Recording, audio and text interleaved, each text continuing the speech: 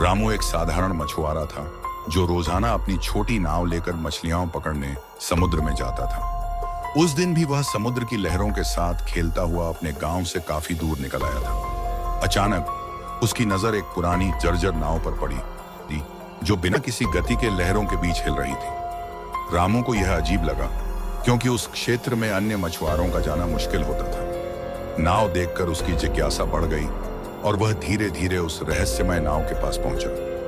नाव के करीब जाकर रामू ने देखा कि उसमें कोई इंसान नहीं था, परंतु नाव के बीचों बीच एक भारी लकड़ी का पुराना बक्सा रखा हुआ था। बक्सा धूल और समुद्री पानी से भरा था, लेकिन उसकी दरारों से कुछ हल्की चमक दिखाई दे रही थी, जैसे कोई बहुमूल्य वस्तु अंदर छुपी हो। रामू को लगा कि शायद किसी ने इसे छोड़ दिया है। उसके मन में सवाल उठे, यह बक्सा यहाँ कैसे आया? इसके अंदर क्या हो सकता है?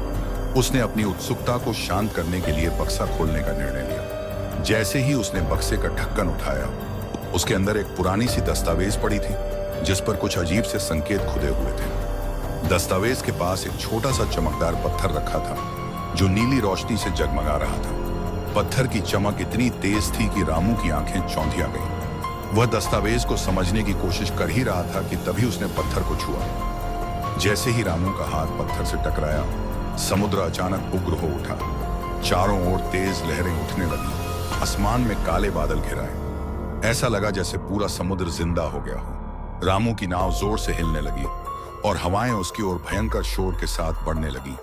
उसके कानों में एक अजीब डरावनी आवाज गूंजने लगी। वह आवाज धीरे धीरे और साफ होती गई। कोई फुसफुसाते हुए कह रहा था, तूने जो पाया है वह तुझे ले डूबेगा। इस राज को खोलने का खामियाजा तुझे भुगतना पड़ेगा। लौट जा, वरना समुद्र तुझे कभी वापस नहीं आने देगा। रामू का दिल तेजी से धड़कने लगा। वह बुरी तरह घबरा गया। उसने तुरंत पत्थर को वापस बक्से में रखा और नाव पर लहरें इतनी तेज थीं कि नाव बेकाबू होकर इधर उधर डगमगाने लगी।